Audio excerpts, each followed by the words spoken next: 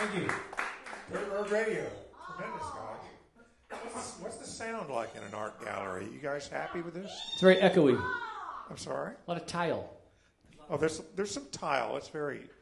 It's a spongy substance, isn't it? Sure. Absorbing. Is it fun to be in an art gallery? Oh, sure. Especially with the art that's on the walls here. Yeah, there's not draw too wanna much describe attention with a younger demographic. Thank you guys for being at Live Lunch Break. I'm Rick Coster, and we're streaming from theday.com. Our guys, our guest today, Dirt Road Radio.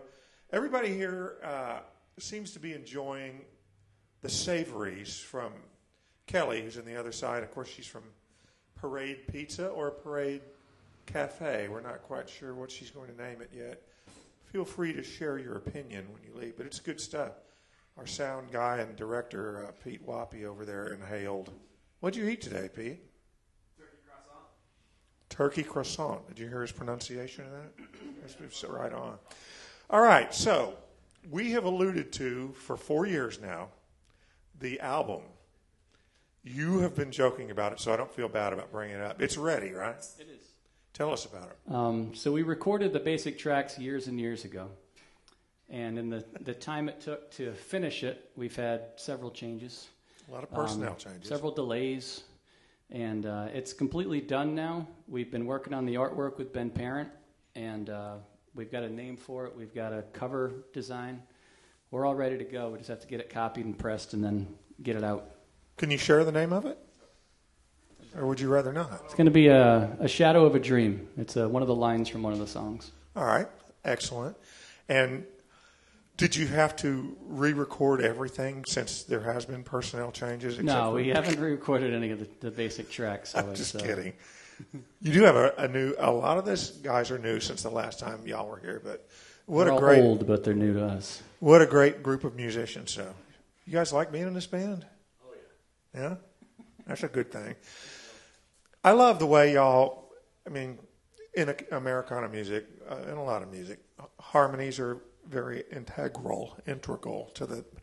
Y'all sing almost like your siblings. Is it intuitive, or you have to work at it, or what? It's taken some work, but it's gotten better and better since the very first time. So what Dennis is really trying to say is that he sings harmonies on my songs, so they actually sound good. That's what he's trying to say. That's not at all what I was saying. In some acts, there'll be someone that's the principal melody line, and the other person is automatically gets the third or the fifth or whatever it is. But in y'all's case, you seem to trade off lead vocals, and then the other one sings the harmony. Is that pretty much? Yeah. A lot of times, I'll, like Mike said, I'll sing not to make them sound better, but I'll sing the harmony on Mike's songs most of the time. all right? And then Mike picks up some harmonies on some of the songs too. We're talking with Dirt Road Radio here on Live Lunch Break. And again, thank you guys for being here. The band is certainly an attraction, but the fact that it's Jenny Green's birthday is also a big draw here, so that's a good thing. As I get older, here's something that fascinates me about songwriting. I want to know if it resonates with you guys. The older I get, the more a nice minor chord resonates in the middle of the rest of it and adds sort of a melodic texture that maybe I wasn't thinking about back in the days of A major. Does that make sense? A nicely thrown in. Do you think about that in terms of song structure, or is it dictated by what you're thinking about emotionally or lyrically? Or I think sometimes. I think Mike and I write differently. Mike's very prolific. He writes a lot of songs, and really beautiful songs. And I write very slowly. And usually if I write a song, I'll just sing a song, basically, a couple of verses and a chorus, and just make it up. And then I'll figure out what the chords are after I've sung the melody.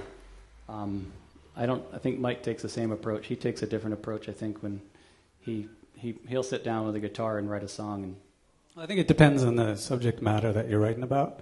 The last song was kind of a darker song, and it took on, it was all around A minor. So it was, I don't remember if the words came first, but I think we have a lot of minor stuff. We have a lot of, I think, some heavy stuff, heavy songs. So I agree with you. right. It was probably a stupid question, but it is something I think about structurally as I listen to music. We usually in the bridge. Usually hit minor in the bridge. All right, now listen. Since the last time you guys were here, you've changed personnel, and we discussed that a little bit. But you had fiddle in that lineup, and now we have Brian here on the pedal steel. Talk a little bit about. They're both. You hear it a lot in Americana music. There's a different texture here, though. Does that affect how you arrange things, or?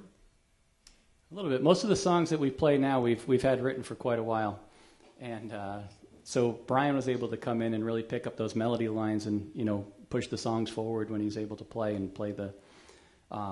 He's on the record too on most of the songs, and I think it just lends a different quality to the songs, just a different tone, I guess. It's I think when we first started, it was fiddle and guitar and bass and drums, and the fiddle would fill in some spots, and we recorded the record kind of as that, and I think over time, Dan came in and put these key tracks on a song, and all of a sudden we heard it, and it was like, yeah, that needs to be there.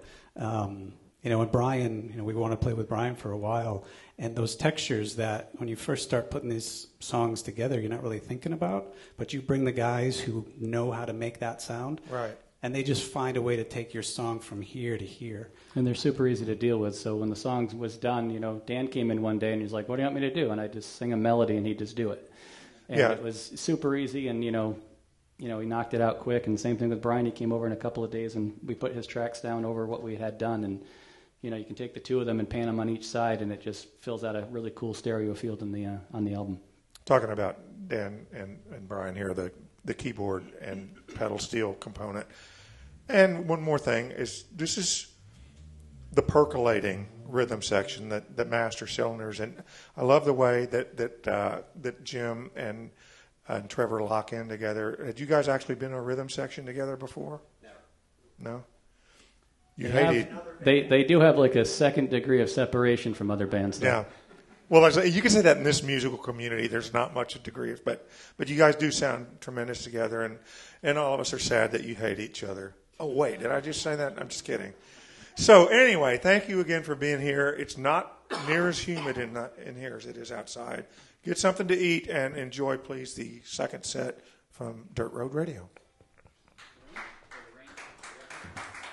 Thank you very much.